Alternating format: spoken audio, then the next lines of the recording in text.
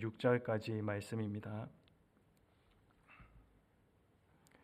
로마서 2장 12절에서 16절 말씀을 제가 읽습니다. 무릇 율법 없이 범죄한 자는 또한 율법 없이 망하고 무릇 율법이 있고 범죄한 자는 율법으로 말미암아 심판을 받으리라. 하나님 앞에서는 율법을 듣는 자가 의인이 아니요 오직 율법을 행하는 자라야 의롭다 하심을 얻으리니 율법 없는 이방인이 본성으로 율법의 일을 행할 때에는 이 사람은 율법이 없어도 자기가 자기에게 율법이 되나니 이런 이들은 그 양심이 증거가 되어 그 생각들이 서로 혹은 고발하며 혹은 변명하여 그 마음에 새긴 율법의 행위를 나타내느니라. 곧 나의 복음에 이른 바와 같이 하나님이 예수 그리스도로 말미암아 사람들의 은밀한 것을 심판하시는 그날이라. 아멘.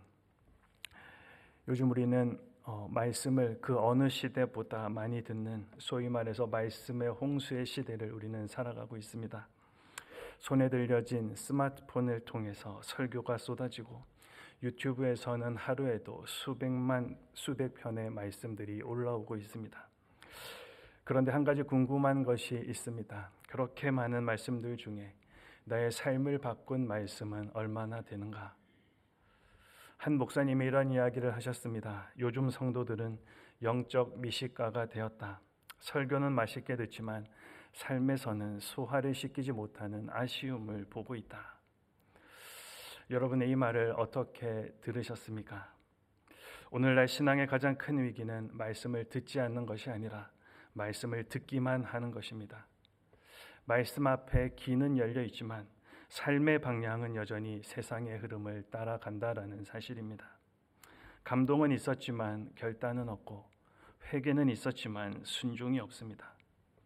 오늘 바울이 그런 우리를 향해 경고하는 듯 보입니다. 13절 말씀입니다. 하나님 앞에서는 율법을 듣는 자가 의인이 아니요 오직 율법을 행하는 자라야 의롭다 하심을 얻으리니. 바울의 이 말은 당시 유대인들이 율법을 듣는 일을 매우 중요시하였던 그 사실을 배경으로 하고 있습니다. 이전에도 그러했지만 BC 586년 남유다가 바벨론에 멸망한 이후에 유대인들에게 있어서 율법을 듣는 일은 하나의 두드러진 민족적 특징으로 드러나기 시작했습니다. 예루살렘 성전의 파괴로 인해서 더 이상 제사를 드릴 수 없게 된 유대인들은 이때로부터 이 율법을 듣는 일에 모든 노력과 또 시간과 정성을 들이기 시작했습니다.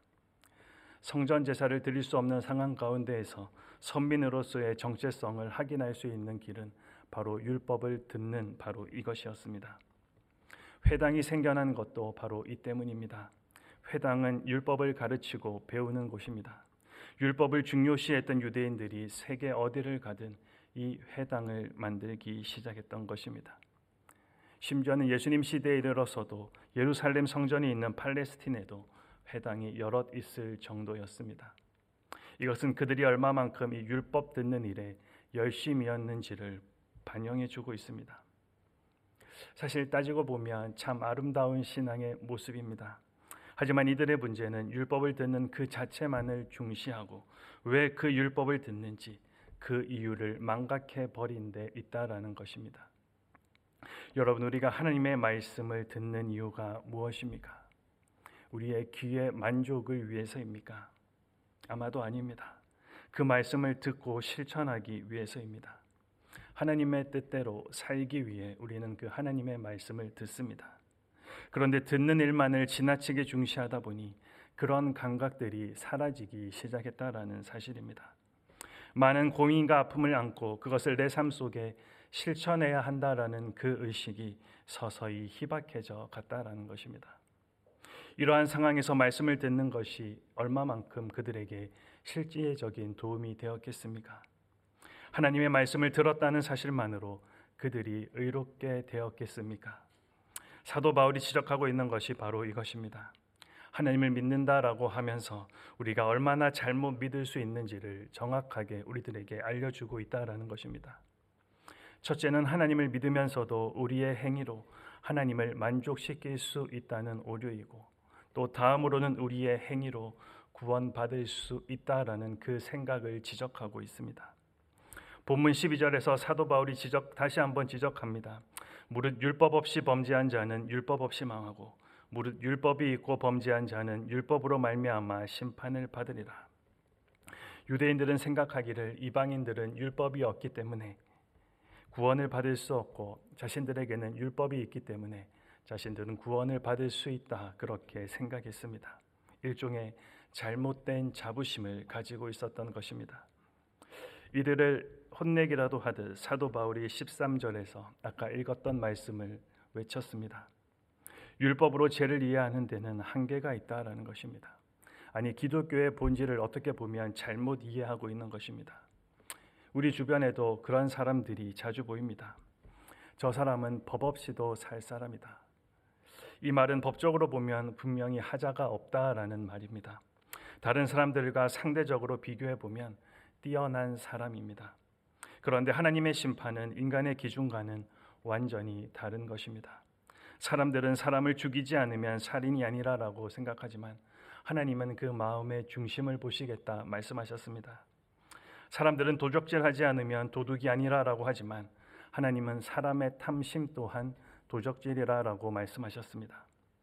세상에서는 증거가 없으면 죄가 되지 않을지 모르지만 하나님은 우리의 양심을 보신다 하십니다.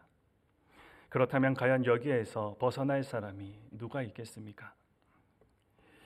23절 부분을 메시지 성경으로 다시 한번 보겠습니다.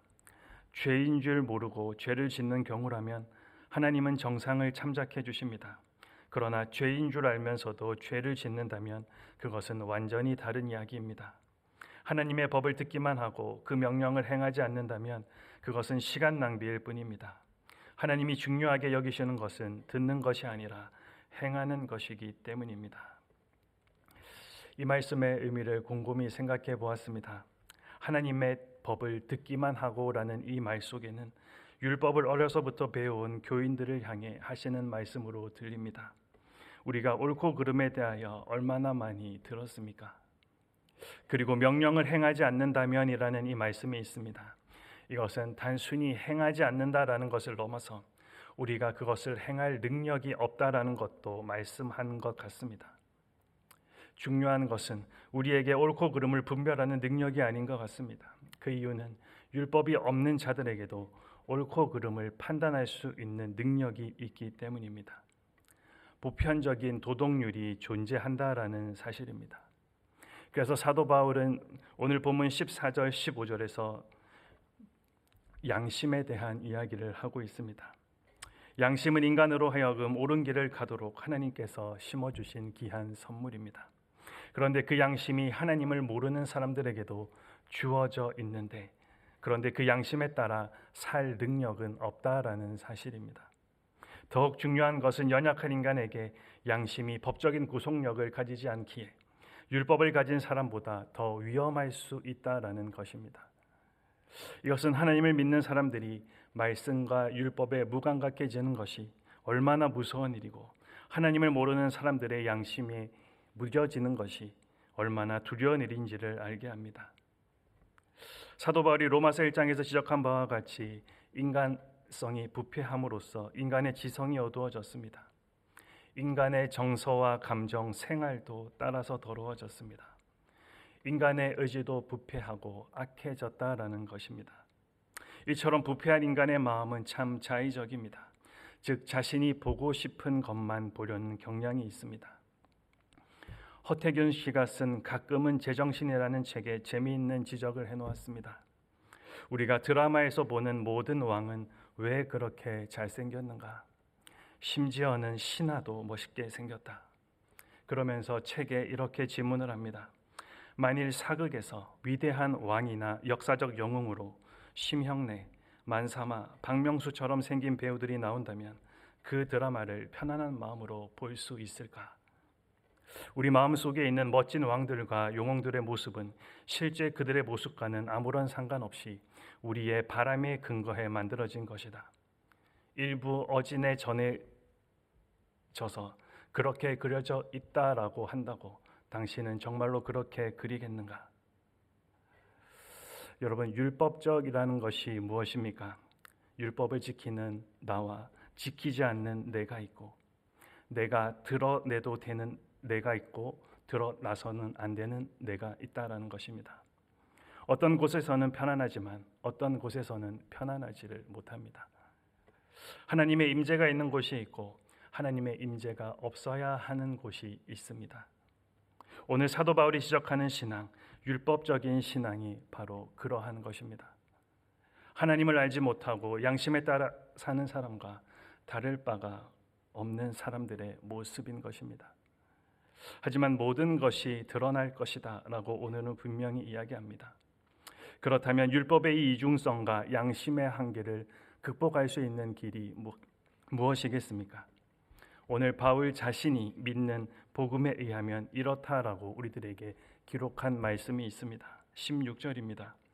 곧 나의 복음에 이른 바와 같이 하나님이 예수 그리스도로 말미암아 사람들의 은밀한 것을 심판하시는 그날이라.